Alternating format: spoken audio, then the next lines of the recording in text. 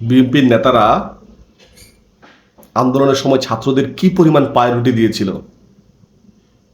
ছাত্রদের বাবা শোনা করে কথা বলতো এবং 5 তারিখও কিন্তু বিএনপির কেন্দ্রীয় নেতাদের মুখে ছাত্রদের কথা বলতে গিয়ে কিন্তু ফুল ছিটিয়েছিল। তারা এত সুন্দর করে তারা কৃতজ্ঞতা প্রকাশ করেছিল। কিন্তু ইদানিং তাদের কথাবার্তা আচার আচরণে দেখবেন তারা ছাত্রদেরকে গণাই ধরছে না, ছাত্রদেরকে তুচ্ছ তাচ্ছিল্য করে কথা বলছে। তারা চাচ্ছে না নতুন কোনো রাজনৈতিক শক্তির উদয় বাংলাদেশে ঘটুক।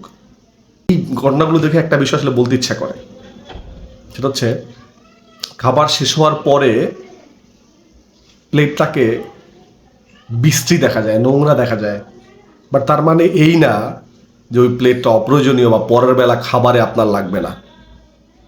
বিএনপির এটা মাথায় রাখা উচিত যে খাওয়া শেষে তাদেরকে এখন নোংরা প্লেট ভাবছেন, পরের বেলাতেও কিন্তু এদেরকে লাগবে। এই বাংলাদেশের রাজনীতি করতে গেলে কিন্তু এদেরকে লাগবে।